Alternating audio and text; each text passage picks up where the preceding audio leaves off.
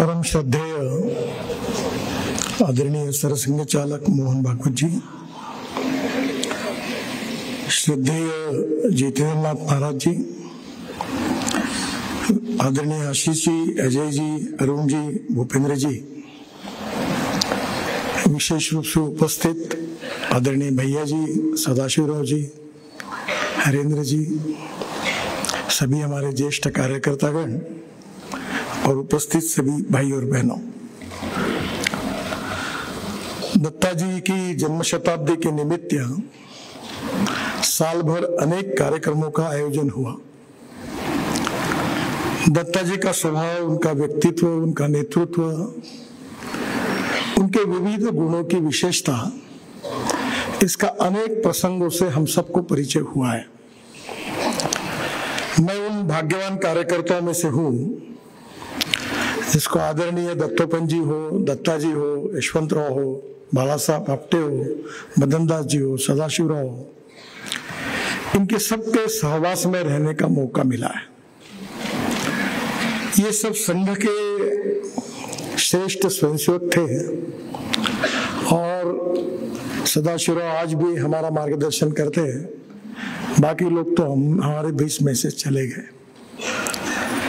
आज उनका व्यक्तित्व हमारे बीच में नहीं है, और उन्होंने जो वे कार्यकर्ताओं में जो संस्कार दिए, उससे हमारे जैसे अनेक सामान्य कार्यकर्ताओं का जीवन अनेक दृष्टि से व्यक्तित्व निर्माण करने में उनका योगदान रहा। दत्ता जी के बारे में एक विशेषता ये थी कि केवल वो समर्पित कर्मठ स्वयंसेवक और कार्यकर्ता नहीं थे।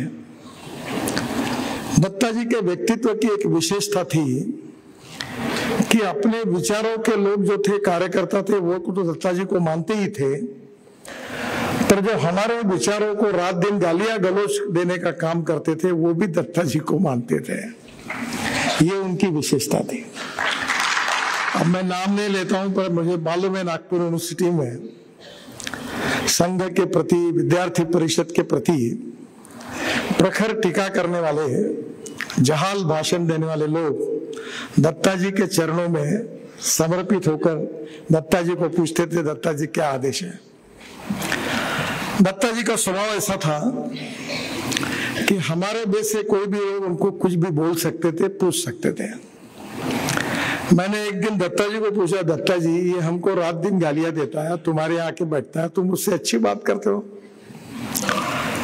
तो दत्ता जी ने सामान्य रूप से मुझे कहा कि अच्छे स्वयंसेवक के रूप में, अच्छे कार्यकर्ता के रूप में एक बात याद रखो, वो कितना भी विरोधी हो, जो सही काम होगा वो सबका करना चाहिए, और जो गलत काम होगा वो अपने व्यक्ति ने भी कहने के बाद नहीं करना चाहिए। और इसका कारण मुझे तो इस विषय का बहुत फायदा हुआ। पार्लियामेंट के इतिहास में अपवादक रूप में मैं एक ऐसा एक मंत्री हूं कि all party 75 member of parliament ने, हर व्यक्ति ने मुझे धन्यवाद और अभिनंदन किया। तो मुझे जब एक टीवी एजेंसी ने इंटरव्यू देते समय पूछा कि ये तुम तो आरएसएस वाले हो, बीजेपी वाले हो, ये तो घोर विरोधी है। सोनिया गांधी, राहुल गांधी, ओवैसी, सब नाम उन्होंने लिए। तो मैंने उनको कहा कि हम जब काम करते थे तो दत्ता जी निरोलकर हमारे मार्गदर्शक थे, और जो लोग हमको विरोध करते थे, हमारा उपहास करते थे, हमारा अपमान करते थे, वो लोग भी जब उनके घर में आते थे तो उनके बारे में उनका उदारवादी दृष्टिकोण रहता था, उनको मदद करने का स्वभाव रहता था, और वो हमको ये कहते थे कि सही काम में सबकी मदद करना यही सच्चा स्वयंसेवक है और कार्यकर्ता है। बड़ा दिल रख के उदारता के साथ ये करना चाहिए। यही संस्कार हमको उनसे प्राप्त हुआ। मुझे लगता है कि दत्ता जी के व्यक्तित्व की सबसे बड़ी विशेषता थी, दत्ता जी के पास कोई भी जा सकता था। दत्ता जी के पास जाने के बाद अपनी समस्या बता सकता था। अनेक लोगों की दत्ता जी जमानत लेते थे, अनेक लोगों के बैंक लोन के लिए मदद करते थे। बाद में बैंक लोन में डिफॉल्ट हो जाता था, फिर दत्ता जी को नोटिसेस आते थे।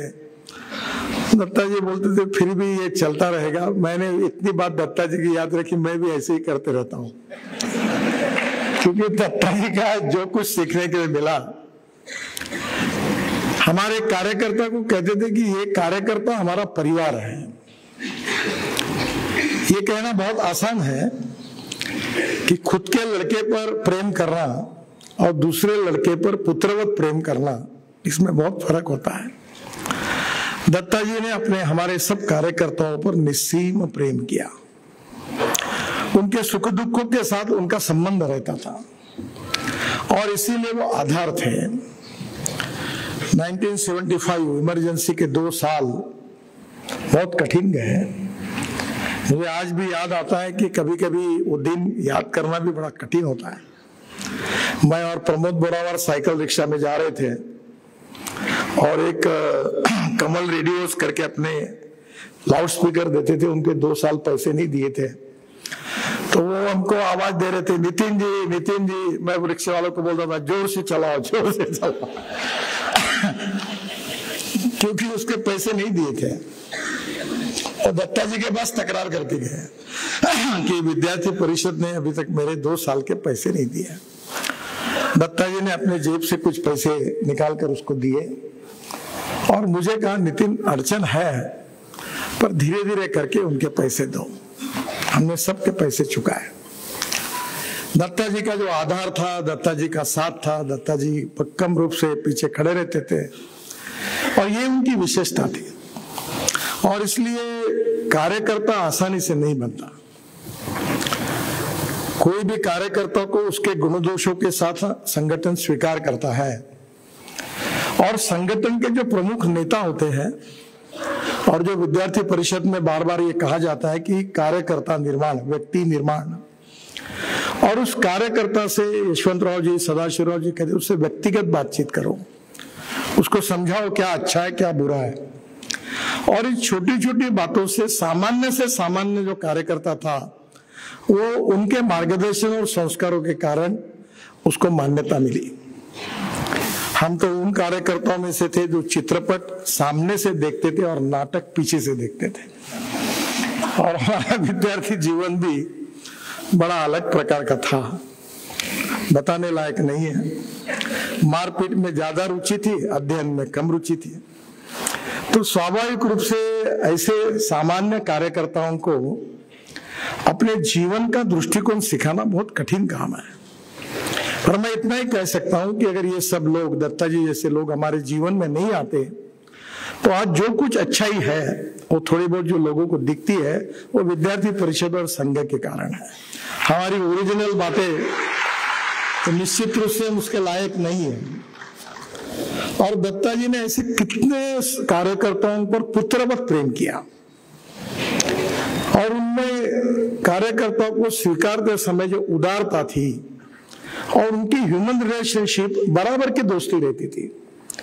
उसके गले में हाथ डालकर, जैसे हमारा कॉलेज का कोई दोस्त ही हमसे बात कर रहा, वैसे दत्ता जी के साथ वेवलेंथ जुड़ती थी। दत्ता जी को कुछ भी बोलते थे, कुछ भी पूछ सकते थे। कभी कभी उनके पास घर में जाएंगे तो तंबाकू खाते थे, पान रहता था। तो एक बार एक बड़े कार्यकर्ता आया और उन्होंने कहा दत्ता जी ये सेहत के लिए अच्छा नहीं है। तो दत्ता जी ने कहा देखो भाई तुम्हारे लिए ठीक है, बाकी हमको सुधारने की कोशिश मत करो। तो मैंने कहा दत्ता जी तंबाकू क्यों नहीं छोड़ते? अरे नितिन बोले अब ये लग गया, अब ये जब मरेंगे तो ये छूटने वाला है। एक सामान्य व्यक्ति करके उनका स्वभाव था, उनका व्यक्तित्व था, पर असामान्य गुणवत्ता के वो धनी थे। और वो असामान्य गुणवत्ता के केवल धनी नहीं थे, तो अपने साथ आए हुए सामान्य कार्यकर्ता को निर्माण करके उसको असामान्य बनाने की क्षमता उनमें थी। और इसी के कारण उन्होंने अनेक लोगों के जीवन को बदलने का सामर्थ्य उनमें था और उन्हें वो करके दिखाया। इसीलिए वो हम सब के लिए आदरणीय है, श्रद्धेय है और आदर्श है। एमएससी फिजिक्स होने के बाद भी संघ के प्रचारक के रूप में उन्होंने कार्य किया। उनके जीवन में उनकी संघ निष्ठा, ये उनकी अंतिम निष्ठा थी। उस समय बापूराव जी हमारे नागपुर प्रांत संघ चालक थे और जब कोई भी बात आती थी और जब विनायक राव या बापूराव जी उनको कहते थे तो दत्ता जी ने कभी नहीं कहा। हमें वो कहते थे संघ ने कहा है, बापूराव जी ने और विनायक राव जी ने कहा है ये काम करना है। जो जो जिम्मेदारी दी वो करते रहे। अपने जीवन में एक स्वयंसेवक के रूप में उनका व्यवहार रहा। और एक बात सच है कि जिसका जन्म होता है उसका मृत्यु अटल होता है। ये यावत चंद्र दीवा करो ऐसा नियम है।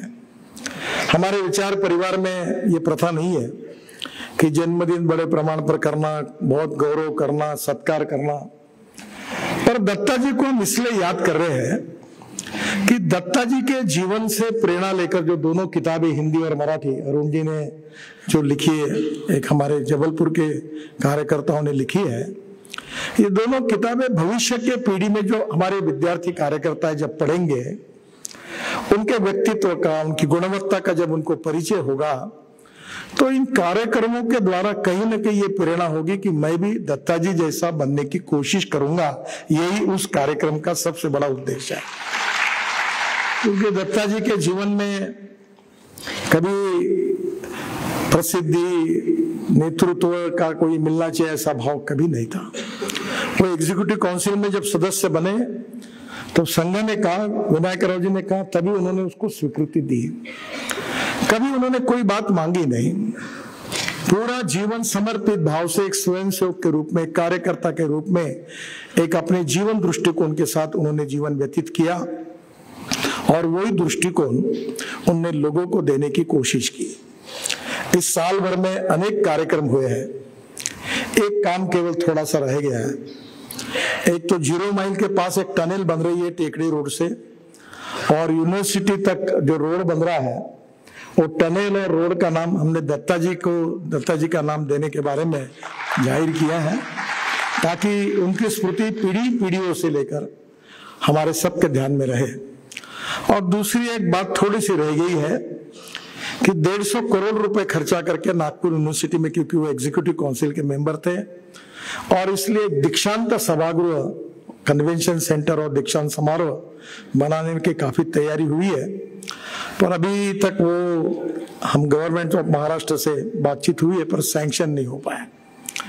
पर हम लोग जरूर कोशिश करेंगे कि नागपुर यूनिवर्सिटी में उनका योगदान रहा, एग्जीक्यूटिव काउंसिल के वो सदस्य रहे, शिक्षा क्षेत्र में उनका योगदान रहा, तो हर साल का यूनिवर्सिटी का दीक्षांत समारोह जहां होगा वो सभागृह दत्ता जी के नाम से रहे, ये हमारी सबकी इच्छा है। जिस प्रकार से हमारे जैसे अनेक छोटे कार्यकर्ताओं को प्रेरणा मिली, तो उनका व्यक्तित्व दीक्षांत समारोह में डिग्री लेने वाले असंख्य कार्यकर्ताओं को दत्ता जी याद आएंगे और उनके जीवन में भी उसी प्रकार का परिवर्तन होगा। आज मुझे बहुत खुशी है कि इस कार्यक्रम के लिए आदरणीय सरसंघ चालक जी उपस्थित है और दत्ता जी संघ के स्वयंसेवक थे, और इसलिए स्वाभाविक रूप से हम सबकी ये इच्छा थी कि सरसंघ चालक जी के ही द्वारा इसका समारोह हो। और अच्छी बात और ये कि आशीर्वाद देने के लिए जितेंद्र नाथ महाराज जी भी हमारे बीच में आए। आप में से अनेक लोगों को शायद पता है कि नहीं, मुझे पता नहीं, पर जितेंद्र नाथ महाराज जी ने हमारे विद्यार्थी परिषद के कार्यकर्ता के रूप में उन्होंने भी काम किया और आज वो अध्यात्म क्षेत्र में बहुत बड़ा काम कर रहा है। तो वो भी हमें आशीर्वाद देने के लिए यहाँ है, और मेरा विश्वास है कि दत्ता जी हमारे बीच में नहीं है, पर उनकी प्रेरणा, उनकी जीवन दृष्टि, उनके संस्कार, उनका सर्वस्पर्शी, सर्वसमावेशक, उदारवादी व्यक्तित्व हम सबको सामाजिक और राष्ट्रीय जीवन में कार्य करते समय सतत प्रेरणा देता रहेगा। इसी विश्वास के साथ मैं अपनी बात को समाप्त करता हूं और आदरणीय मोहन जी को बहुत बहुत धन्यवाद देता हूं कि आज के इस समारोह के कार्यक्रम के लिए हमारी प्रार्थना के ऊपर वो उपस्थित है। उनको बहुत बहुत धन्यवाद। नमस्कार।